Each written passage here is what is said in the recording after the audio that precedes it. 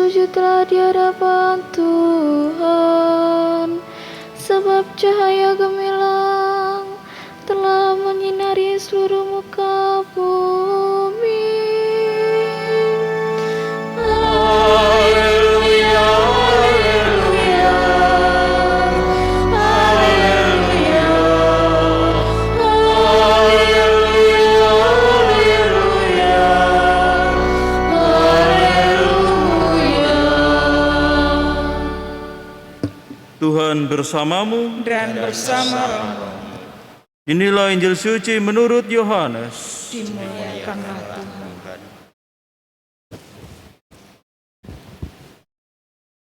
Sekali peristiwa, Yesus memutuskan untuk pergi ke Galilea.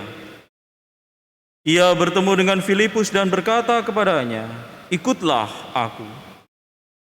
Filipus itu berasal dari Betsaida, kota Andreas dan Petrus. Lalu Filipus bertemu dengan Natanael dan berkata kepadanya, "Kami telah menemukan Dia yang disebut oleh Musa dalam kitab Taurat dan oleh para nabi, yaitu Yesus anak Yusuf dari Nazaret." Kata Natanael kepadanya, "Mungkinkah sesuatu yang baik datang dari Nazaret?" Kata Filipus kepadanya, "Mari dan lihatlah." Melihat Natanael datang kepadanya, Yesus berkata tentang dia, "Lihat, inilah seorang Israel sejati, tidak ada kepalsuan di dalamnya." Kata Natanael kepada Yesus, "Bagaimana engkau mengenal aku?" Jawab Yesus kepadanya, "Sebelum Filipus memanggil engkau, aku telah melihat engkau di bawah pohon ara."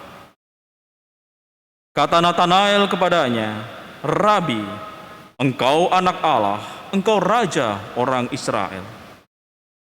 Yesus menjawab katanya, "Karena aku berkata kepadamu, aku melihat engkau di bawah pohon ara, maka engkau percaya. Engkau akan melihat hal-hal yang lebih besar daripada itu." Lalu kata Yesus kepadanya, "Aku berkata kepadamu, sesungguhnya engkau akan melihat langit terbuka dan malaikat-malaikat Allah turun naik kepada Anak Manusia." Demikianlah sabda Tuhan. Terpujilah Kristus.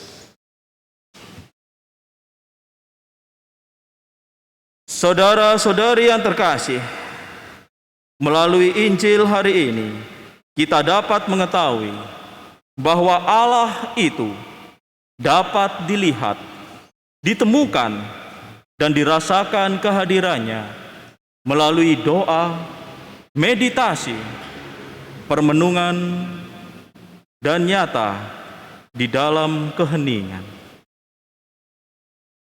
Allah menampakkan diri melalui mata hati kita. Itulah pesan Injil hari ini, di mana kita bisa melihat peristiwa antara Natanael dan Tuhan kita Yesus Kristus. Natanael adalah orang yang semula berpikiran secara skeptis dan cukup pesimis, sehingga dia berkata, "Adakah sesuatu yang baik datang dari Nazaret?" Namun nyatanya, ketika Tuhan berkata bahwa aku telah melihat engkau di bawah pohon ara, ada perubahan. Natanael berkata, "Rabi, engkau anak Allah, engkau raja orang Israel." Apa yang terjadi di bawah pohon ara itu? Dan nyatalah bahwa Natanael atau Santo Bartolomeus ini adalah orang yang suka sebagai Israel sejati, adalah orang yang suka berdoa, bermeditasi, merenungkan setiap butir ayat yang ada di dalam kitab suci. Dan di dalam keheningan yang ada di bawah pohon ara itu, Natanael senantiasa bertanya-tanya, "Di manakah engkau, ya Allah? Mengapa kami menjadi orang jajahan di muka bumi ini?" Natanael di bawah pohon ara mencari-cari Allah, berusaha agar Allah senantiasa beroleh hadir pada dirinya dan di tengah-tengah bangsa Israel. Natanael atau Bartolomeus ini menantikan Sang Kristus, Mesias, Sang Juru Selamat datang ke tengah-tengah dunia. Itulah yang dirindukannya. Dan di dalam doanya, meditasi dan keheningannya di bawah pohon ara yang teduh itu menyelinap sinar yang masuk menerpa dirinya. Dan di saat itulah dia mengalami suatu kebahagiaan tersendiri ketika dia menatap ke atas. Di atas pohon ara itu menyelinap sinar matahari yang masuk. Dan sesungguhnya di saat itulah Allah Tuhan kita Yesus Kristus menatap dia. Suatu peristiwa secara spiritual yang dialami oleh Natanael, dan itu Tuhan kita Yesus Kristus menyaksikannya secara langsung. Sehingga perkataan Tuhan sangat mengena di dalam hatinya. Ketika Tuhan berkata, "Aku melihat engkau di bawah pohon ara." Suatu peristiwa personal di mana dia hanya menatap Allah ke atas langit, di mana sinar menyelinap melalui daun-daun pohon ara itu, tapi dia melihat bahwa Allah senantiasa menyaksikan di dalam doa, meditasi, dan keheningannya. Dan itulah Tuhan kita Yesus Kristus. Dan saudara-saudari yang terkasih, demikianlah Allah senantiasa akhirnya dirasakan oleh Natanael hadir nyata, menampakkan dirinya. Doa, meditasi, dan keheningannya, kerinduannya untuk berjumpa dengan Allah, ternyata terjawab. Di hadapannya sendiri adalah anak Allah, Tuhan kita Yesus Kristus.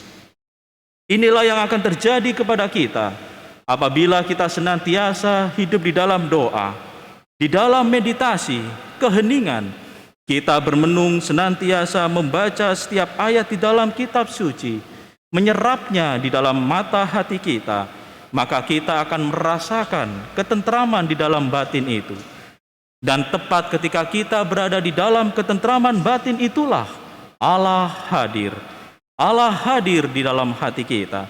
Dan kita akan merasakan luapan kebahagiaan ketika kita berada di dalam keheningan bersama Allah. Dan itulah senantiasa janji Allah kepada kita semua apabila kita hidup di dalam doa, meditasi, keheningan, dan bermenung setiap saat. Allah akan memuaskan mata hati kita, kerinduan kita untuk berjumpa dengannya. Dan itu adalah pesan yang istimewa kepada setiap orang yang mencintai hidup doa. Di saat itulah kita akan sungguh-sungguh merasakan Allah sungguh hadir, menampakkan dirinya kepada kita dan menyapa kita semua, bahkan memeluk kita semua sampai akhir zaman.